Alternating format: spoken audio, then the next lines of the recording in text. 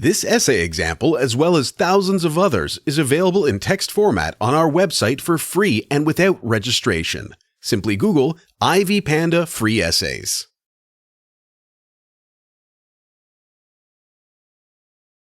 Introduction. At the heart of The Bluest Eye lies a personal tragedy of an 11-year-old African-American girl, Pecola Breedlaw. Living in a world owned by whites, the protagonist believes that her life would be more comfortable if she looked unique. Blue eyes become a symbol of the desired appearance. After experiencing several terrifying incidents, such as incest, bullying, death of the unborn child, Pecola becomes mentally ill and makes herself believe her eyes changed to the color of the sky. The Blue Eyes not only expounds on the cruelty and violence in the life of little Pecola but also explains why it happens. This essay discovers the child's view of the problems of racism, poverty, incest, and the inability to love. The main characters and themes. Pecola versus Claudia, the girl's views on beauty. Pecola and Claudia are both young black ladies and best friends, yet they possess strikingly contrasting opinions about beauty. For instance, at the beginning of the novel, Claudia destroys her light-skinned dolls out of internalized contempt for white individuals. The girl clarifies that she is courageous since she has not learned self-hatred yet, which is a problem of numerous grown-ups within the Afro-American community. On the contrary, the protagonist reliably acts on her craving to realize American excellence benchmarks and aspires to attain the bluest eye. According to Morrison, thrown, in this way, into the binding conviction that only a miracle could relieve her, she would never know her beauty.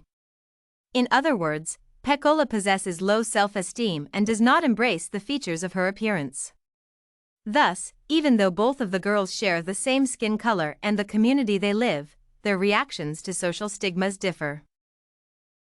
Proper family upbringing as the foundation for raising strong personalities. Claudia and Pecola possess different family backgrounds, which undeniably impacted their behavior in society. Claudia, like Pecola, suffers from social pressure and beauty stereotypes, but she is growing up in an adoring and caring family, which makes all the difference for her. The protagonist, however, is facing challenges in relationships with parents, such as incest and humiliation.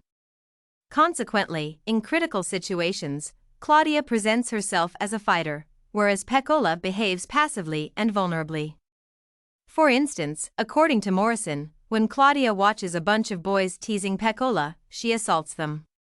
Thus, a caring family is a solid foundation for bringing up an individual who can withstand social pressure. Unhealthy family relationships as the cause of psychological damages. The protagonist grew up in a poverty-stricken abusive family and has consistently observed her parents fighting. The girl's mother disgracefully calls her daughter a little black bitch and convinces her that she is ugly.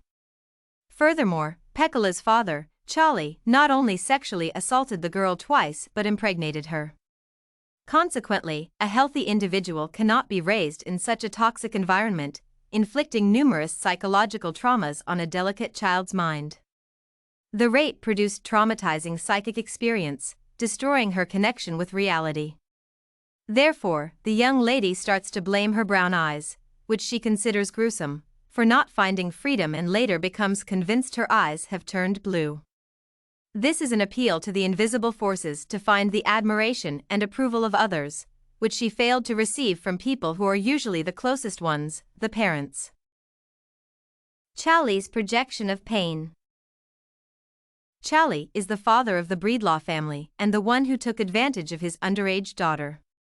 The man is depicted not so ugly outwardly as morally, the result of despair, laxity, and dissatisfaction in his own life. He represents a little person trying to control everyone by spreading his power and ugliness to the members of his family. Charlie did not rape Pecola out of lust, but the mixed feelings of sadness, hatred, and care. Drunk, he observed his daughter, scratching a leg while washing dishes.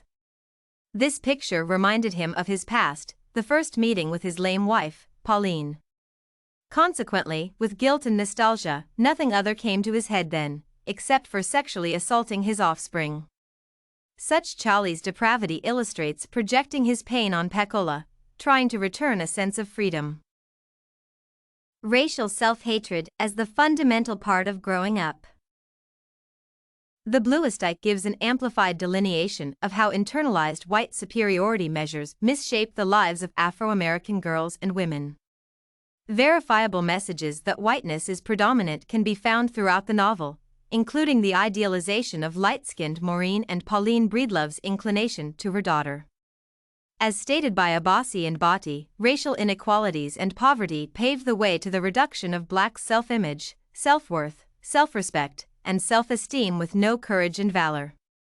Consequently, adult black ladies, having learned to loathe the darkness of their bodies, take this contempt out on their children.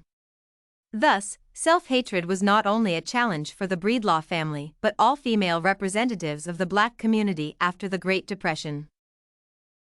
Personal opinion. There is no shortage of debates on whether the mental illness of the protagonist serves as a particular psychological technique for the disclosure of social problems or not. As far as I am concerned, the craziness of Pecola Breedlaw is filled with psychologism and meaning, as it gives an example of how society impacts a child's worldview. The author makes evident to the reader the reasons for the young lady's mental disorder: low self-esteem due to social pressure, molestation, pregnancy and death of a child, racial hostility, and dreams of blue eyes. They are all distorted in her consciousness.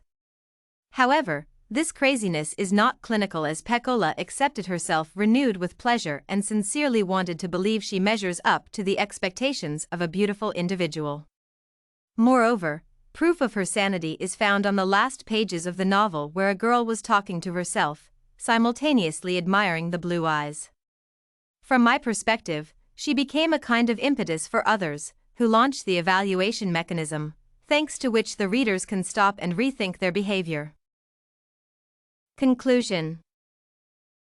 The Bluest Eye is about what poverty, ignorance, and inability to love do to humans.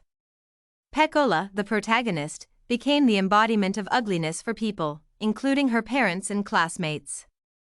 However, they could not imagine the beauty that was found inside this young lady, as she finally succeeded at finding her beauty, even though by owning an imaginable pair of eyes. If Pecola was not in the novel, the plot could have been described as follows: black families whose children go to school, domestic affairs, and family disputes. However, here, with the young Mrs. Breedlaw, everything changes dramatically. It is undeniable that Pecola is the one who contributed to a greater understanding of howling problems of pedophilia, family, and moral values. Moreover, precisely the madness of 11-year-old Pecola reminds others about their own non-normality. This essay on the main characters and themes of The Bluest Eye was written and submitted by a student just like you. The Ivy Panda Samples database hosts thousands of works similar to this one, on various subjects. Visit ivypanda.com to find what you are looking for.